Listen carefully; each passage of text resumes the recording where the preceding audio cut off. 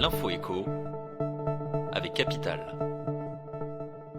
On commence avec un petit vent d'optimisme sur le front de la crise sanitaire. Alors que la situation épidémique semble s'améliorer dans le pays, le ministre de la Santé a évoqué dans une interview au Parisien publiée dimanche que les restrictions sanitaires pourraient probablement bientôt être allégées, là où le virus circule le moins d'abord, puis partout sur le territoire. Et cet allègement pourrait inclure le pass sanitaire, a ainsi lancé Olivier Véran. Il y a quelques jours, Emmanuel Macron avait également indiqué réfléchir à un relâchement des restrictions. L'info pratique, la ministre déléguée au logement Emmanuelle Wargon a apporté quelques précisions samedi concernant l'encadrement des loyers.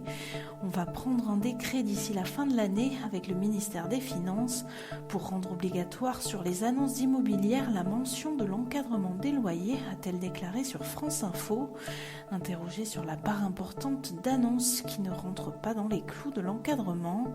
Prévu par la loi Elan de 2018, le plafonnement des loyers ne concernait jusqu'au 1er juin que Paris et Lille.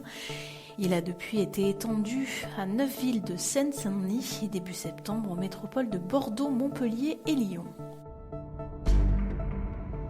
Le chiffre du jour, 3500, c'est le nombre de personnes que s'apprête à embaucher Emirates. Dans les 6 prochains mois, la compagnie aérienne va recruter pas moins de 3000 personnels navigants et 500 agents aéroportuaires. Les postulants devront néanmoins répondre à des critères stricts. Les hôtesses et stewards doivent être âgées d'au moins 21 ans au moment de l'inscription, mesurer au minimum 1m60, être diplômé du secondaire, maîtriser l'anglais écrit et parlé, ne pas avoir de tatouage visible ou encore être en bonne forme physique. On termine avec le classement des villes les plus sûres du monde. Malgré les chamboulements liés à la pandémie de Covid-19, l'économiste Intelligence Unit a dressé son classement pour 2021. Alors que des villes asiatiques comme Tokyo, Singapour et Osaka ont continuellement occupé ces dernières années les premières places de ce classement, c'est une destination européenne qui arrive en tête en 2021.